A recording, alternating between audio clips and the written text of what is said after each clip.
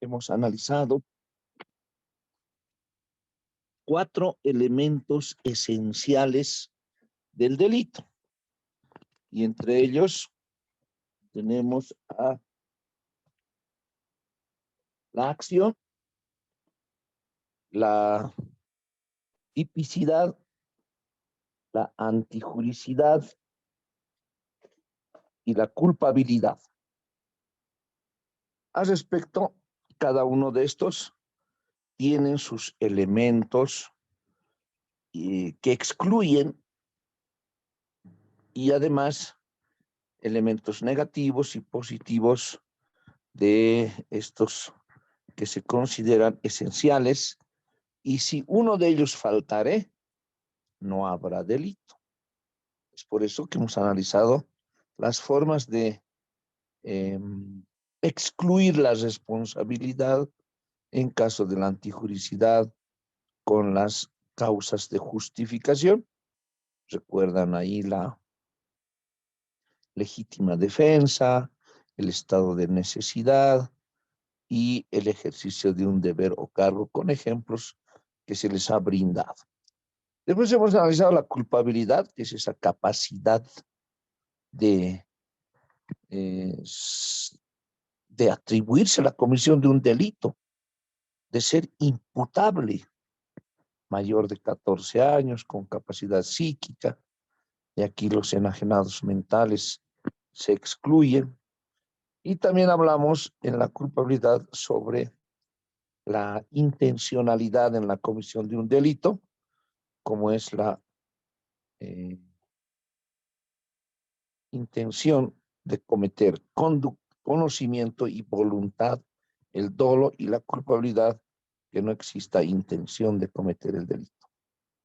Bien, hemos analizado profundamente estos elementos, 4, más la punibilidad, y le hemos asignado para su comprensión ejemplos que los hemos señalado también.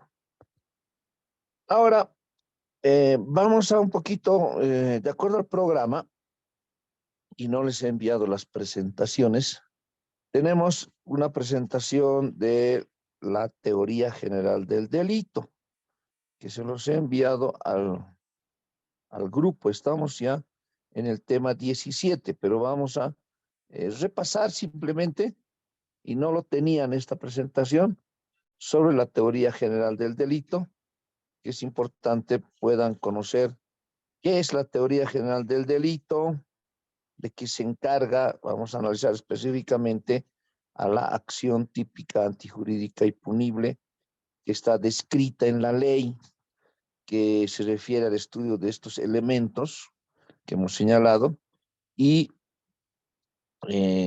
siempre en relación a el Código Penal boliviano. Sí, hemos dado lectura para las causas de justificación, Código Penal boliviano. Hemos dado lectura para el dolo y la culpa, Código Penal boliviano.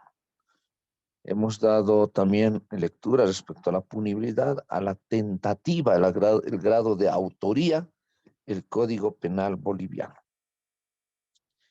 La teoría general del delito es universal, ¿sí? Tanto en Europa como en este lado, en el occidente. Se estudia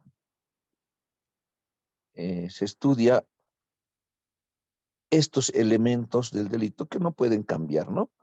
Existen escuelas y corrientes doctrinales que han señalado ubicar el dolo y la culpa, por ejemplo, en la acción, ¿sí? No así en la culpabilidad, como nosotros hemos estudiado, o como nuestro código no indica, pero señala que está en la imputabilidad, mencionando al dolo y la culpa. La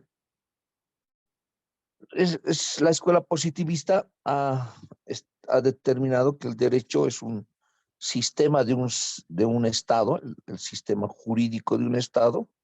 Por ejemplo, el sistema jurídico del Estado boliviano se basa sobre la escuela finalista, ¿no?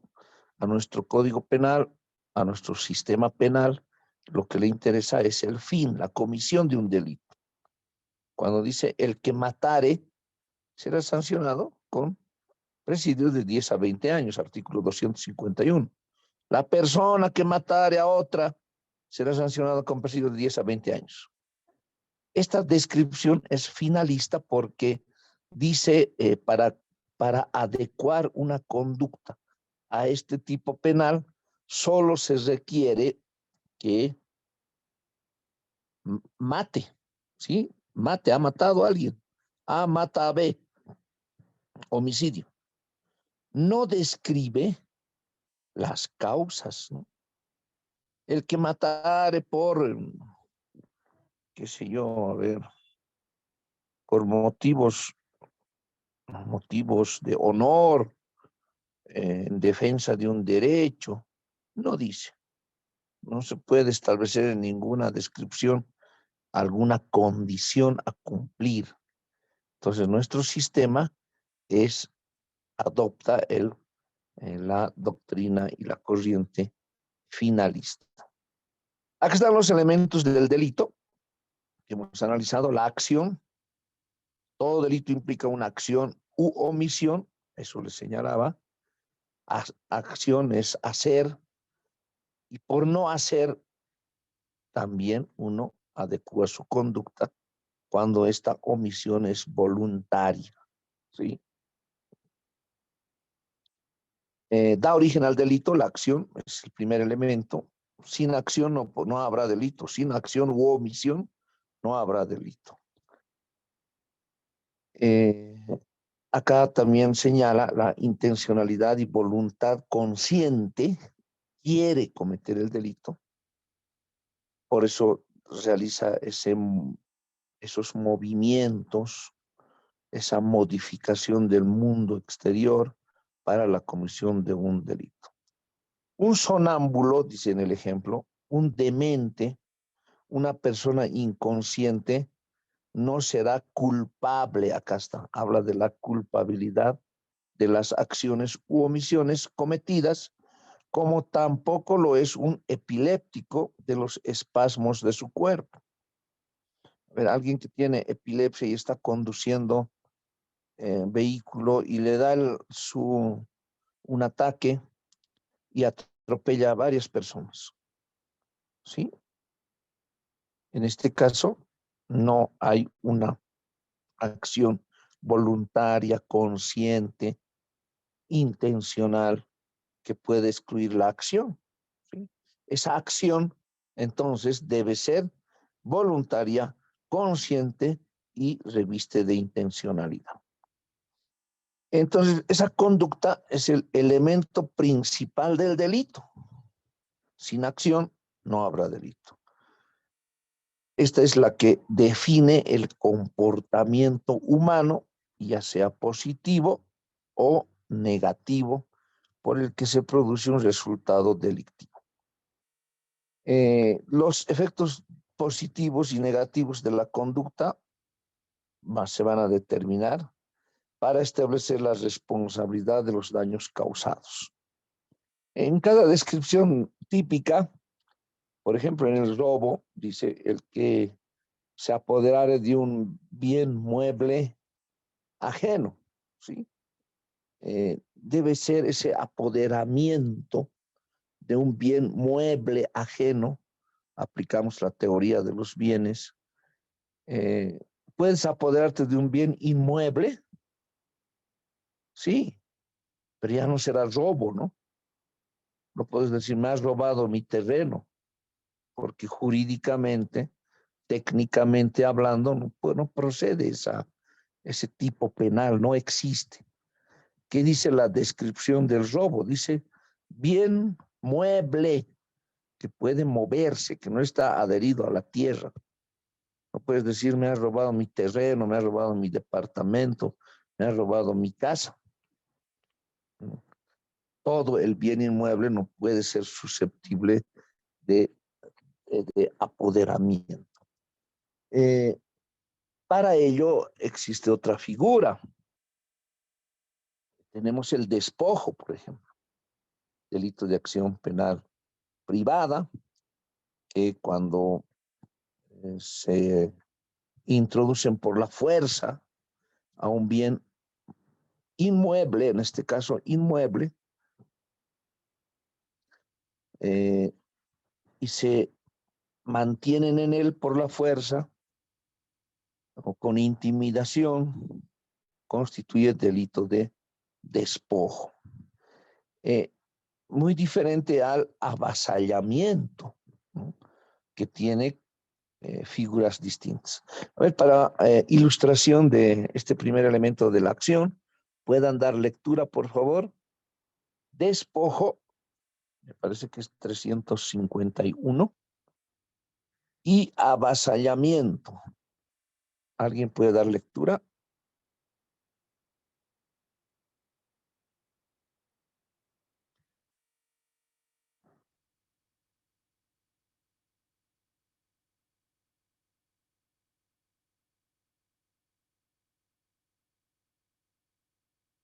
Despojo y avasallamiento. Doctor, artículo 351, despojo. El que en beneficio propio o de tercero, mediante violencia, amenazas, despojare a otro de la posesión o tenencia de un inmueble o del ejercicio de un derecho real constituido sobre él, sea que el despojo se produzca un inmueble manteniéndose en él o expulsando a los ocupantes, incurrirá en privación de libertad de 6 meses a 4 años.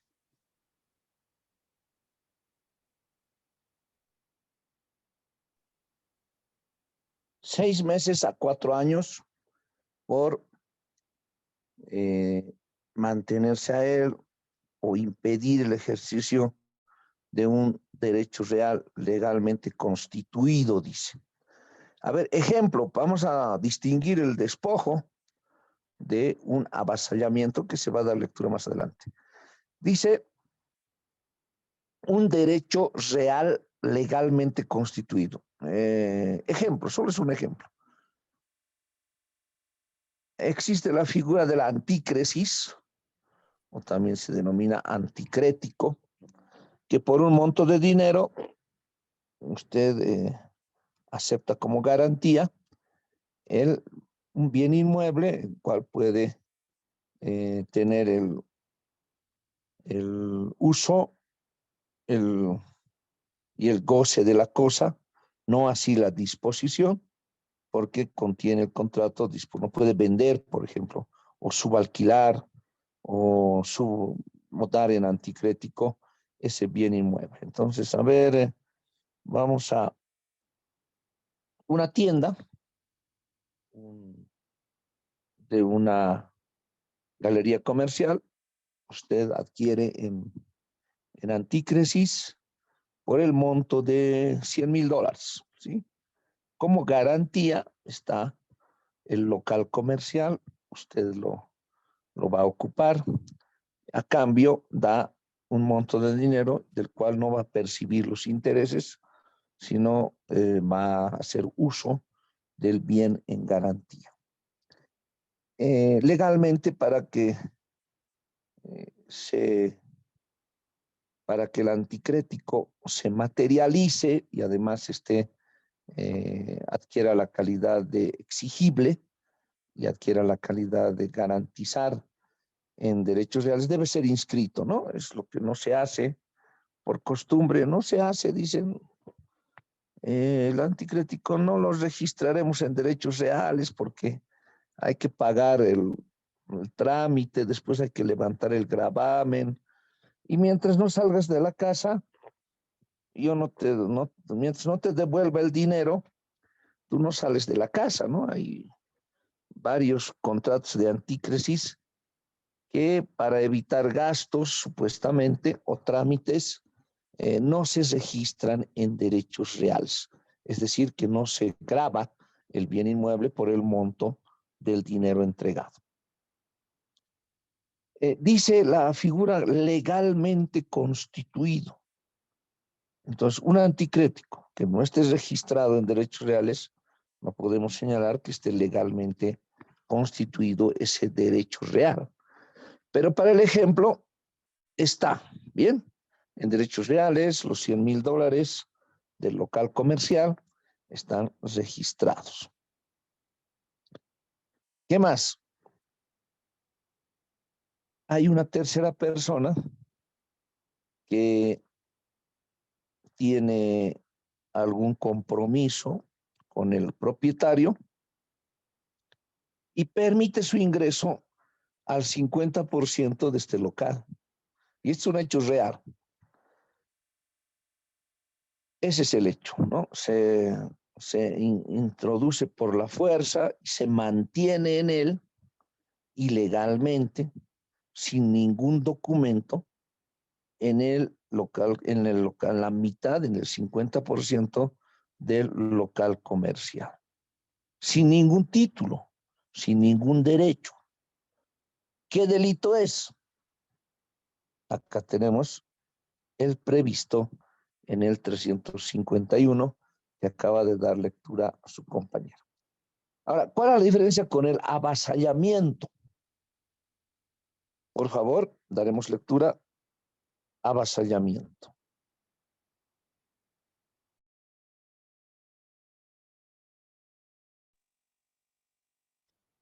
Doctor, Sí, por favor. Delito de avasallamiento.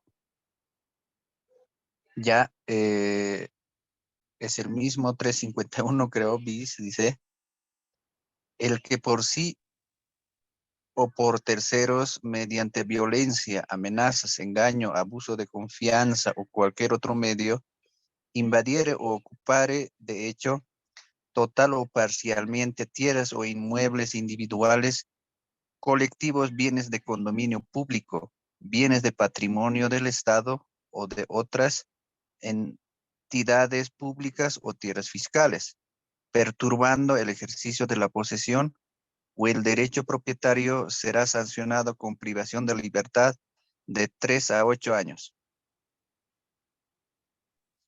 Bien, hay una escasa diferencia entre el despojo, 351, y avasallamiento, 351 bis. En ambos casos son inmuebles, colectivos o individuales, dice. Ese local comercial es un inmueble, ¿sí? Un departamento en propiedad horizontal es un inmueble. Un terreno, una casa, extensiones de tierra, fiscales o tierras del agro, urbanas, rurales, constituye bienes inmuebles que no se puede desprender, que están adheridos a la tierra. Despojo, hemos dado lectura, ¿sí? Se refiere a la constitución de un derecho real. En cambio, en el avasallamiento habla de la perturbación de posesión, ¿sí? Ya no solamente debe ser poseedor del bien, es lo que se justifica en los loteamientos de tierras. En los loteamientos de tierras presentamos una denuncia por avasallamiento cuando ingresan a vivir a los terrenos sin autorización, construyen inclusive, se mantienen en el lugar, avasallamiento, y justifican señalando que que son legales poseedores o también tienen un justo título, ¿no?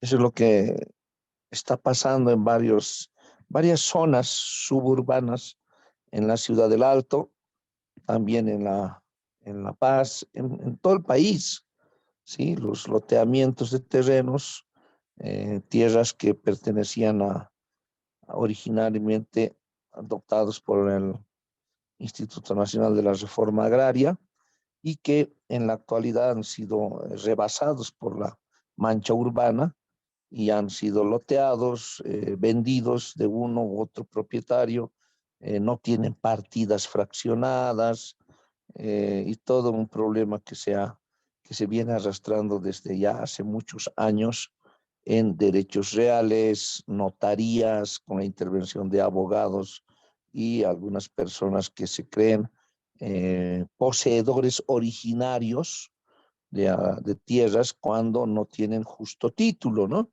Y han vendido a terceras personas con un simple documento membretado como autoridad originaria, y estas a su vez han vendido a otras, pero sin registrar su derecho propietario porque no tenían partidas. Posteriormente han obtenido de derechos reales eh, algunas partidas hijas y han ido transfiriendo los bienes inmuebles, los terrenos en estos lugares, ¿no? Quien no habrá tenido varios de estos problemas, esto es muy común en la oficina, en el ejercicio de la profesión, generalmente se presentan a señalar esta situación, ¿no? Como ven, estamos analizando, acá está, la acción. Entonces, son elementos que distinguen a esa conducta. Solo como ejemplo les planteo. Despojo, 251, y avasallamiento, artículo 351 bis, como se ha dado lectura. Entonces, estos son actos positivos en ambos casos, tienen sus diferencias. Se produce una acción voluntaria por comisión, en la descripción dice introducirse por la fuerza o mantenerse, impedir el ejercicio de un derecho real constituido, impedir la posesión de un bien inmueble. Entonces se configura estos delitos. Son delitos que tienen acción positiva de hacer, ¿sí? La persona ejecuta la acción delictiva con intención. Ahora, en los actos negativos, cuando hay ausencia voluntaria de la conducta, es decir, en circunstancias, se procede un no hacer voluntario. Hay el ejemplo del abogado que trabaja en la alcaldía y le notifican con una resolución negativa y no apela, no objeta, no impugna, no utiliza un medio de impugnación con un plazo y la resolución adquiere ejecutoria. En este caso es un no hacer voluntario y esto constituye delito. Es una omisión donde el sujeto activo impide que se produzca la conducta no permitida por la ley. Si la ley dice en el incumplimiento de deberes que debe cumplir sus funciones conforme a los reglamentos, estatutos, y no lo hace, pues incurre en este delito de servidor. Ahora, ¿cuál es el otro elemento? La tipicidad.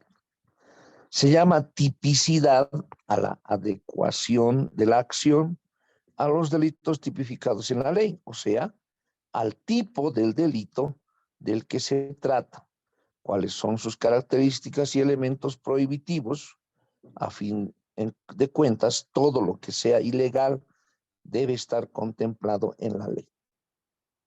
Cuando estemos en el ejercicio libre de la profesión, las personas a quienes brindamos un servicio, los abogados brindamos un servicio, van a venir a solicitar, a plantearnos hechos, ¿no? Van a decir, se han entrado a mi local comercial, he dado en anticrético, estaba en alquiler y ahora he viajado y ahora han ingresado a mi domicilio. Sí, no pagaba alquileres, pero igual cuando llego todas mis cosas en la calle, ¿no? ¿Qué es? Despojo, avasallamiento, ese ejercicio intelectivo de determinar. Han escuchado la lectura de dos tipos penales: despojo, avasallamiento. La tienen que realizar ustedes como profesional abogado. Van a escuchar hechos y usted realizará la calificación provisional y presentará una denuncia, una querella y acusación, acudirá al juez de sentencia, al fiscal, a la policía, de acuerdo a lo que diga el Código de Procedimiento Penal. ¿Sí? Entonces, ese ejercicio de adecuar la acción a los delitos tipificados de la ley se denomina tipicidad. ¿De qué delito se trata? ¿Qué delito es? A quienes prestamos un servicio, precisamente acuden al profesional para que usted determine por cuál delito va a activar la acción penal. Y esto puede conllevar varios errores, ¿no? Que a la larga, si usted ha planteado un robo de un bien mueble o de un bien inmueble, que además no es ajeno, no se cumplen las condiciones, ¿no? O usted ha denunciado violación, pero no existió acceso carnal, no podrá demostrar en juicio y consecuentemente el denunciado será absuelto. Para eso es importante la tipicidad del delito. La antijuricidad del delito. Cuando se habla de la antijuricidad se refiere exactamente a lo opuesto al derecho. Sí, esto les hemos señalado, hemos presentado también algunas presentaciones. Se refiere exactamente a lo opuesto al derecho, opuesto. Aquí un acto es en esencia contrario al ordenamiento jurídico vigente. Así los delitos son actos antijurídicos declarados como tales cuando se los compara con lo contemplado en el ordenamiento jurídico del Estado. Podríamos decir, aquí está la nación, no hay ninguna diferencia. Los eventos antijurídicos carecen de justificación posible, ya que incumplen una norma jurídica explícita. Y acá está la culpabilidad, es el cuarto elemento. Revisamos acción, tipicidad, antijuricidad y culpabilidad. En este caso se trata de una relación psicológica del autor del delito respecto al acto cometido, de acuerdo a 4 formas generales de culpa o responsabilidad. Imprudencia, cometer un delito por acción, pudiendo hacer de más para evitarlo. Negligencia, cometer un delito por inacción. Impericia, cometer un delito debido a carecer de los conocimientos mínimos necesarios para hacer lo que se debe hacer. Inobservancia de reglamentos ocurre cuando se vulneran las reglas conocidas, por ende, cayendo en imprudencia. O cuando teniendo conocimiento que existen reglamentos, se los desconoce, cayendo entonces en negligencia. Punibilidad del delito, este es el otro elemento, pero hemos señalado que este es un subelemento. Muy debatido en ciertos órdenes jurídicos, supone la existencia de una pena imponible una vez probados los demás elementos del delito para el caso en cuestión. Si hay acción, una conducta con conocimiento, voluntad e intención. Si hay tipicidad, concurre la antijuricidad y la culpabilidad, esa acción será punible. ¿Qué quiere decir? Que se impone no solo cárcel, sino una consecuencia del delito, consecuencia de la descripción. Acá tenemos la multa, la prestación de trabajo, que también constituyen formas de punibilidad. Evolución de la teoría del delito. La teoría del delito, esto se ha escrito por varios siglos, ¿no? Acá dice a finales del siglo XIX, cuando se contaba con la idea de que la razón podía explicar los fenómenos naturales. La explicación de estos se basa en diversos aspectos, lo cual se agudiza con las diferentes corrientes doctrinales sustentadas en la actualidad que no logran desplazar por completo a las demás. Coexisten en la actualidad las diferentes doctrinas. La fase clásica, esto es en los inicios, por eso habla a inicios del siglo XIX,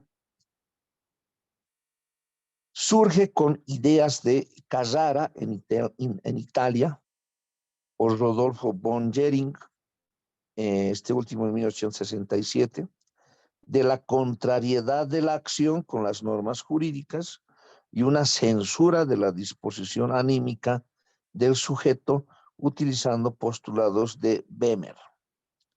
Esta fase se caracteriza por concebir la acción de una manera simple y clara, lo cual tiene términos naturalísticos, como es el caso de una acción compuesta por un movimiento corporal y la consecuente modificación del mundo exterior, unidos por la relación de la causalidad. Entonces, la escuela clásica es eminentemente causalista. Habla cuál es la causa para la comisión de un delito. Surgió la distinción entre fase interna, que engloba la ideación, deliberación y resolución para la comisión de un delito. Uno piensa en cometer un delito, delibera internamente y resuelve cometerlo. Y la fase externa del delito, que es la exteriorización de la voluntad, como es la preparación y ejecución del delito. Alguna vez les dije, cierren los ojos, piensen en la persona que más odian o sienten rencor o piensen en alguien que no les cae. Ahora piensen en cometer un delito. Esa ideación, esa representación de la comisión de un delito internamente, si no se ejecuta, si no pasa a la fase externa, si no se exterioriza esta idea a través de la voluntad, no han cometido ningún delito, ¿verdad? ¿No? Solo han pensado, pero no han cometido ningún delito. A eso se refiere esta posición doctrinal de la escuela clásica. Y la fase neoclásica surge con la finalidad de construir el concepto de delito a partir de los fines. Acá está. Este es el derecho finalista. Fines perseguidos por el derecho penal y de las perspectivas valorativas que le sirven de base. El modo de pensar propio de esta fase determinó por la teoría de pensamiento derivada de las ideas neocantistas, habla de Kant, que conjugadas con el método científico naturalístico de observar y describir, restauró una metodología propia de las ciencias del espíritu caracterizada por el comprender y valorar. Esta es la fase del finalismo. Les decía que nuestro sistema penal está basado en la escuela finalista. Se determinó por la separación entre el mundo real y el derecho a la realidad del ser social, razón por la cual se elaboraron estructuras lógico-objetivas previas a toda regulación jurídica y en edificar el derecho sobre la base de la naturaleza de las cosas. Para el finalismo, la acción es el ejercicio final de la actividad humana.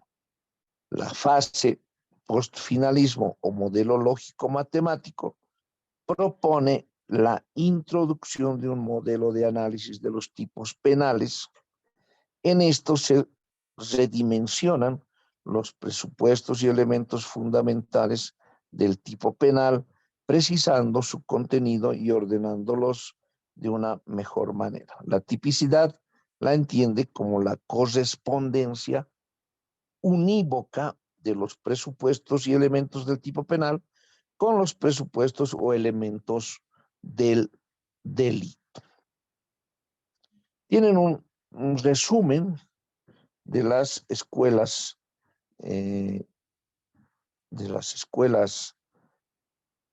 del derecho penal, escuela clásica, escuela causalista, escuela neoclásica y la escuela finalista, que con sus componentes hasta llegar a la actualidad.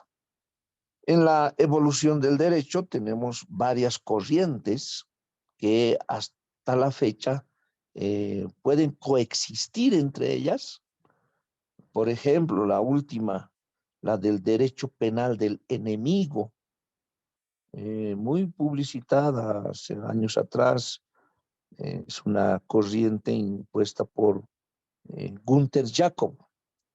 Günther Jacob establece que quienes vulneran el ordenamiento jurídico son enemigos de la sociedad.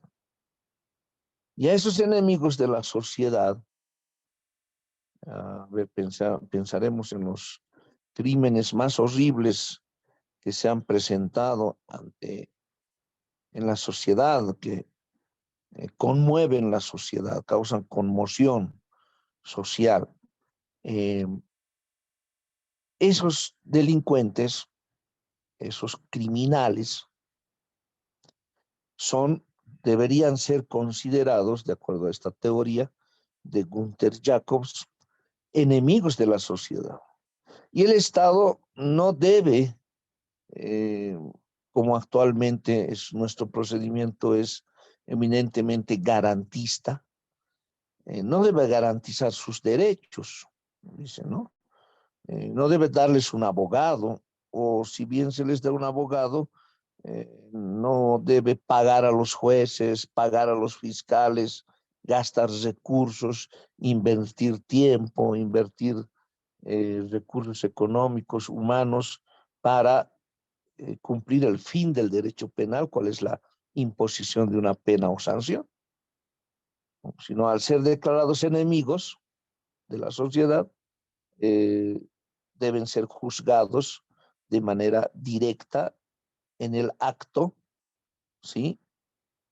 No con tantas garantías como al presente, y cumplir su condena en las cárceles especializadas. Para ello plantea una división de delitos, en delitos, en faltas, delitos y crímenes. Y los crímenes, quiere decir los delitos de mayor gravedad, como son delitos contra la libertad sexual, violaciones a menores, feminicidios, robos agravados, de crímenes muy graves que deban contener este tratamiento en su juzgamiento, ¿no? Esa es la teoría que actualmente es contraria a nuestro sistema, que es absolutamente garantista. ¿Por qué garantista? Porque en nuestro sistema penal se garantiza la presunción de inocencia, ¿no? Así sea un delito flagrante, mientras no tenga una sentencia condenatoria ejecutoriada, esa persona debe ser considerada inocente. Principio de inocencia. Se presume que es inocente hasta que no tenga una sentencia condenatoria ejecutoriada en su contra. Y en relación a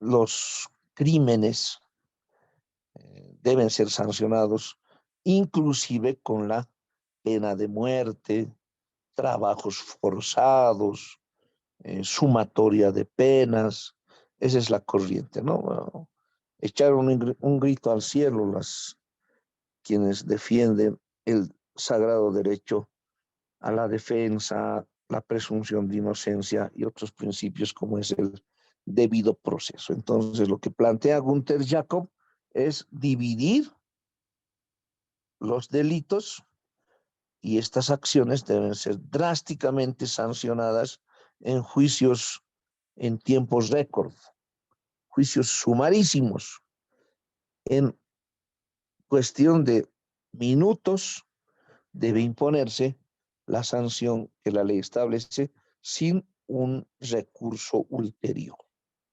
Bueno, está en discusión, ¿no? Ante la ola de feminicidios, violaciones a menores, que pueda adoptarse en una futura modificación del Código Penal y del procedimiento penal, esta corriente que cada vez, debido a que las sociedades se ven afectadas por el flagelo de la criminalidad, puedan adoptar esta corriente. Pero solo es una teoría. Entonces les debía, no tenía esta presentación, que ahora se las hago conocer. Bien, de la anterior clase, porque nos encontramos ya de acuerdo a nuestro programa, donde estamos en el tema, no está acá, nos encontramos en el tema 17, acá está, el tema 17 habla sobre la capacidad de culpabilidad, hemos analizado el dolo, la culpa, de acuerdo a lo que está previsto en el Código Penal boliviano, la semi-imputabilidad, sus condiciones, dolo directo, dolo eventual, y estos artículos, ¿no? Actio libera in causa, el delito doloso y culposo, dolo culpa, que está previstos en el Código Penal boliviano. Faltaba nos faltó tiempo, esta es la presentación del tema 17 y les voy a completar estos resúmenes que ustedes pueden enriquecer con la lectura particular. Tienen que conseguir, hay varios autores que han escrito sobre la teoría general del delito, es muy ampuloso, pero estos resúmenes les va a servir de mucho, no señalando que las preguntas en el examen van a ser memorísticas, sino que les plantearé un ejemplo y ustedes señalarán a qué corresponde. El artículo 19 del Código Penal señala el actio libera in causa. Actio libera in causa. Aquí está.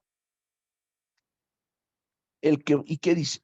El que voluntariamente provoque su incapacidad para cometer un delito será sancionado con la pena prevista para el delito doloso. Si debía haber previsto la realización del tipo penal, será sancionada con la pena del delito culposo. Hay hechos que se cometen con el consumo previo de sustancias controladas o consumo previo de alcohol. ¿Sí? Para decir, borracho estaba, no me acuerdo. Pero está sancionado, esto tiene mucho que ver con el dolo y la culpa, porque el que voluntariamente provoque su incapacidad, hemos visto causas de exoneración de responsabilidad, no se considera responsable, ¿sí? No se considera responsable, se exonera de responsabilidad. Sin embargo, cuando se hace expresamente para cometer un delito, será sancionado con la pena prevista por el delito doloso. Y si debía haber previsto la realización del tipo penal, acá estamos hablando del accidente de tránsito, será sancionado con la pena de delito culposo. Prevé que puede dormirse en la carretera. Sabe que el reglamento de tránsito prohíbe conducir vehículos cuando tienes el grado alcohólico sancionable en la sangre y no puede conducir vehículo. Pese a esa representación, decide cometer el delito, adecua su conducta al delito culposo. A eso se refiere el actio libera in causa.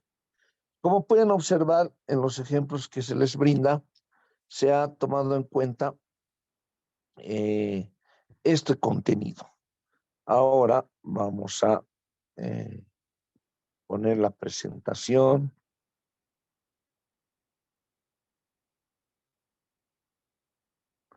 La presentación de el tema 11, donde tenemos la descripción de estos 4 elementos: acción, tipicidad,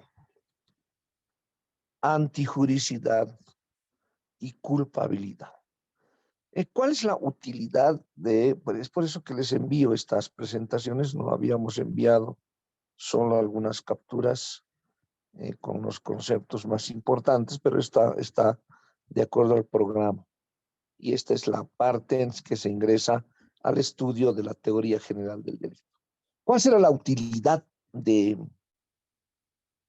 la aplicación de estos elementos en un hecho?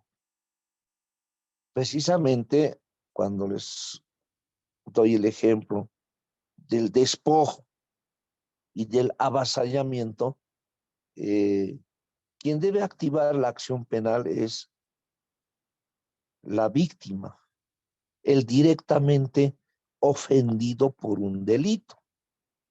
A ver, en el caso de muerte de la víctima, sus parientes hasta el 2º grado de afinidad y 4º grado consanguíneo pueden activar la acción penal.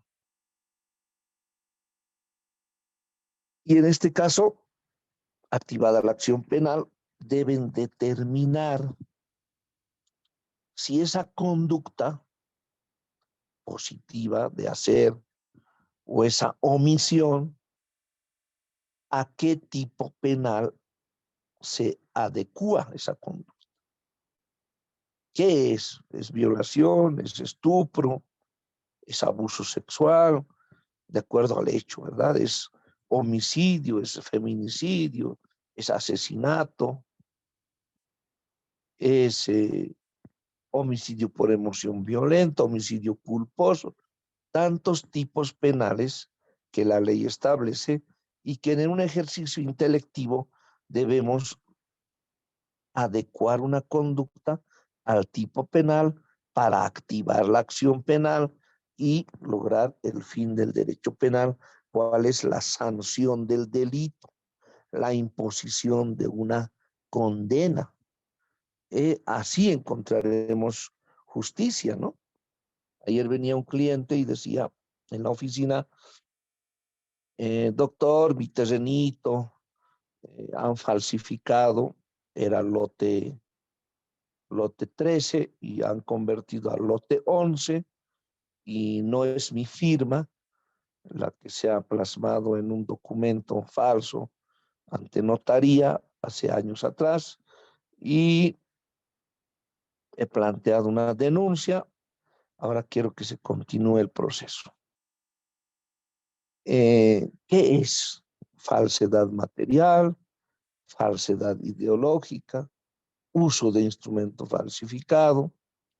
Bien, con esos datos se debe adecuar la conducta, identificar la acción, la tipicidad, la antijuricidad, la culpabilidad, la intencionalidad que cometen al momento del delito, ese juicio del reproche que señala y determinar qué tipo penal es.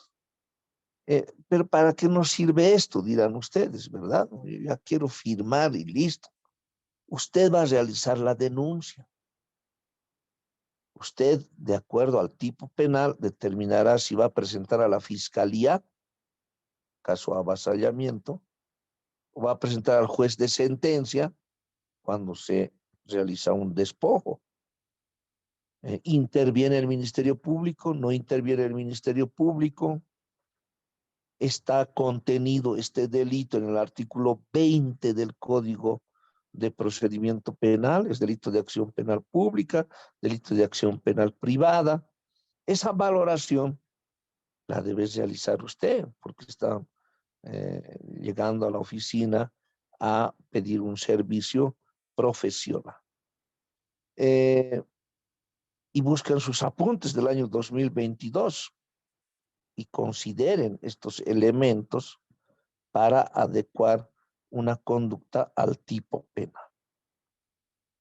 Si no pueden, si no encuentran esa relación, no vamos a prestar no vamos a poder prestar un servicio efectivo a la sociedad, ¿no?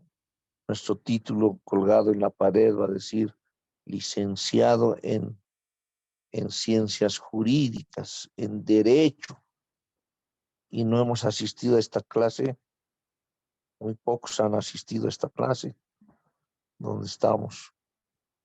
No se va a poder cumplir la finalidad de los estudios que realizamos por 5, por 7 años en la universidad.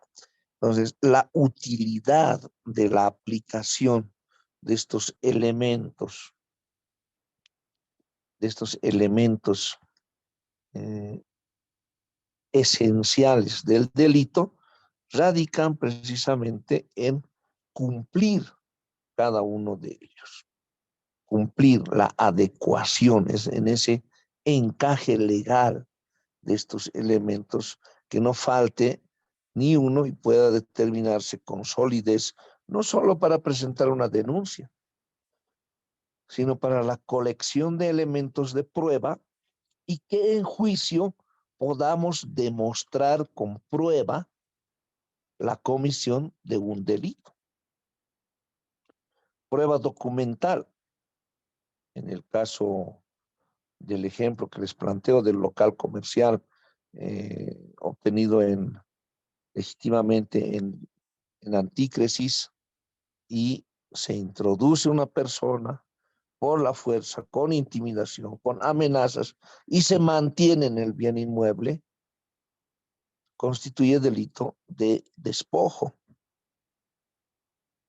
Con los elementos de prueba colectados para demostrar esto, tenemos un testimonio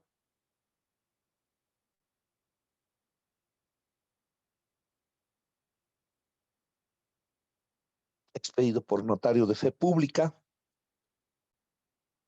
Tenemos un informe de derechos reales que señala la anotación preventiva por el monto del dinero del anticrético. Tenemos una información rápida que señala el gravamen por el monto del dinero del anticrético. Tenemos el testimonio del contrato de antícresis registrado en una notaría y ante derechos reales. Son pruebas documentales. Tenemos el derecho propietario del titular que nos ha ofrecido el anticrético, testimonio, folio real, y tenemos, a ver, como prueba documental el pago de servicios. Pagamos los servicios, mantenimiento, servicios de ese local comercial. Prueba testifical, podemos presentar testigos que determinen la forma en que ha ingresado esta persona a este local comercial sin ningún derecho, cuando tiene un derecho real legalmente constituido y se encuentra en posesión del bien. ¿Qué más? A ver, podemos solicitar otros medios de prueba, como es la inspección en el lugar de los hechos, para que la autoridad pueda verificar cuáles son las dimensiones, qué ingresos tiene el local comercial y cuántos metros dice en el documento para que pueda identificar en el lugar de los hechos. Estudios que van a demostrar los elementos del tipo penal y constituir demostrar el delito y lograr la imposición de una pena, una sentencia condenatoria. Existe igualdad procesal, ¿verdad? La parte contraria, del mismo modo, conseguirá documentación que derecho le asiste entrar en posesión de este bien inmueble. Esa es la utilidad, les decía, la utilidad para la aplicación de la teoría general del delito. Estos elementos de la acción, la tipicidad, la antijuricidad y la culpabilidad se presentan en todo hecho, en todo acto que consideramos delictivo y que se planteará la posibilidad de interponer una acción, una denuncia, una querella, que precisamente en el próximo año vamos a analizar esos elementos y los procedimientos a realizar, que lo vamos a aprender en quinto año, lograremos la imposición de una pena y encontrar justicia. Esto hablando como abogados de la víctima, pero si somos abogados de la defensa, deben concurrir todos los elementos del tipo penal. Es posible que sea una acción en legítima defensa. Es posible que haya un error en la calificación del tipo, no es asesinato, es homicidio, ¿sí? No es violación, es abuso sexual. Pues en defensa, conocer la teoría general del delito y los elementos del delito para la defensa son verdaderamente imprescindibles para asumir una defensa efectiva a momento de un proceso penal.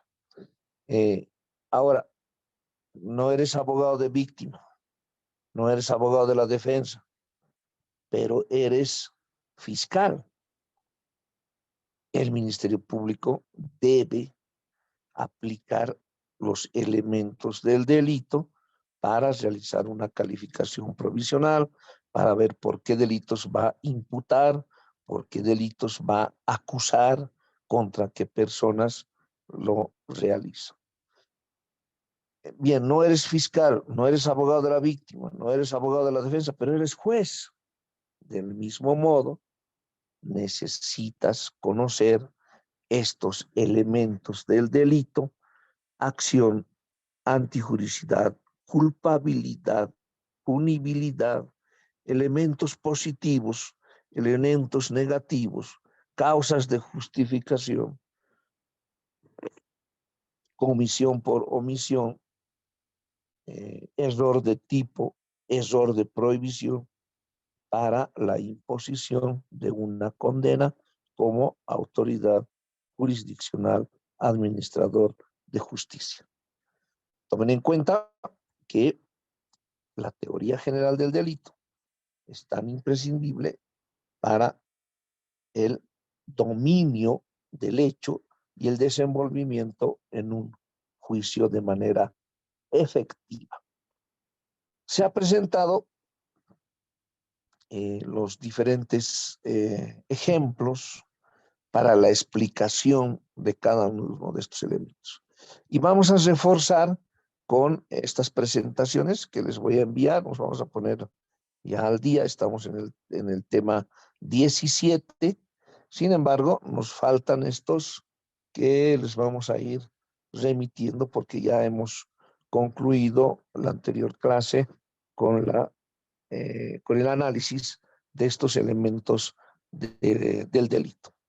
Tomen en cuenta, por favor. Entonces, yo les voy a ir enviando al grupo estos temas que constituyen un resumen y que por su parte, junto al Código Penal boliviano vigente, puedan analizar estos aspectos conceptuales teóricos sobre el delito. Bien, hasta aquí, ¿alguien tiene alguna pregunta, participación, observación, sugerencia? Doctor, Sí, buen buenos día.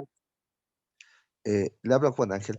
Sí, con respecto a la presentación que nos hizo, con, tengo una duda sobre el sistema finalista, ¿no? No sé si habrá más sistemas de acuerdo al tiempo. ¿Y cómo es que, por ejemplo, Bolivia puede adoptar un determinado sistema? ¿Es de acuerdo a los delitos que hay en Bolivia? ¿Cómo es que se adopta este sistema finalista en Bolivia, doctor?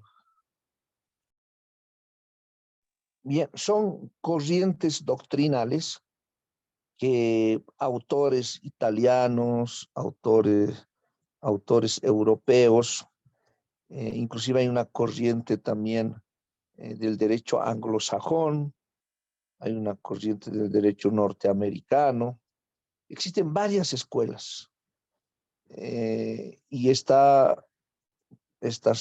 corrientes del derecho penal, de la teoría del derecho, han sido desarrolladas y escritas por siglos, ¿sí? Bolivia adopta el sistema finalista de acuerdo a la descripción de los tipos penales. Ahí les planteo el ejemplo del artículo 251, homicidio, que dice, el que matare a otro será sancionado con presidio de 10 a 20 años. La persona que matare a otra será sancionada con presidio de 10 a 20 años. No dice cómo, no dice con cuántas puñaladas, no dice por alguna causa de honor en defensa de un derecho. Esto convierte no solo a nuestro sistema penal a una corriente que adopta el sistema, no el sistema, la escuela finalista del derecho penal. Entonces, nuestro sistema penal adopta a la corriente finalista porque nos interesa el fin, como dice su nombre, ¿sí? La consecuencia. No nos interesa para el derecho penal boliviano las causas, como en el derecho causalista, por eso viene su nombre, ¿no?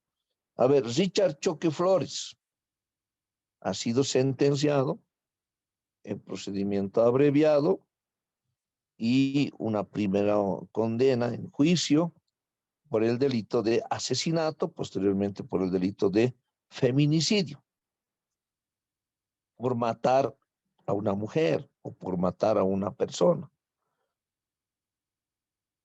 No se discute en juicio la causa, no se va a discutir que era hijo de padres separados, que su papá lo golpeaba mucho, que tenía un desorden psiquiátrico.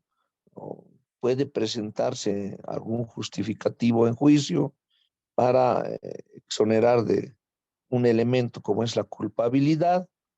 Podrían decir que es un enajenado mental y no se impondrá la condena porque no constituye delito, ¿sí? Porque falta un elemento, falta la culpabilidad. Pero esas circunstancias de las causas no influyen en la condena a imponerse cuál es la máxima pena de 30 años sin derecho a indulto. Entonces, el sistema penal boliviano adopta la corriente doctrinal de la escuela finalista, no así de la escuela causalista. Finalismo, causalismo, está explicado en los libros de derecho penal, como es el de Muñoz Conde, autores nacionales, como es Benjamín Miguel Hart, quien es este otro, Villamor Lucía, Fernando Villamor Lucía, que explican cuál es la diferencia entre finalismo y causalismo y por qué la corriente actual adopta en nuestro sistema penal. No es reciente. Código Penal boliviano es del año 1973. ¿Sí? Entonces, desde ese entonces se adopta esta corriente porque no es un código penal originariamente redactado por bolivianos y en Bolivia o para el derecho penal boliviano, sino que contiene varias figuras penales, tipos penales que se copian del derecho francés, del derecho italiano, ¿sí? Que al presente ya han modificado, porque el derecho evoluciona, las corrientes en derecho van evolucionando constantemente. Entonces, ya merece una modificación con las nuevas corrientes que se señalan en esa división de faltas, delitos y crímenes, porque este código ya va a cumplir 50 años, ¿sí? Hay tipos penales que con el avance de la tecnología no están contenidos en el Código Penal y sí merecen un reajuste, una modificación, una actualización de nuestro sistema penal. Bien, eso cuanto puedo responder, no sé si es satisfecho su duda. Buenos días, es todo cuanto tenemos para hoy. Vamos a continuar el día jueves. Saludos cordiales, tengan una feliz jornada.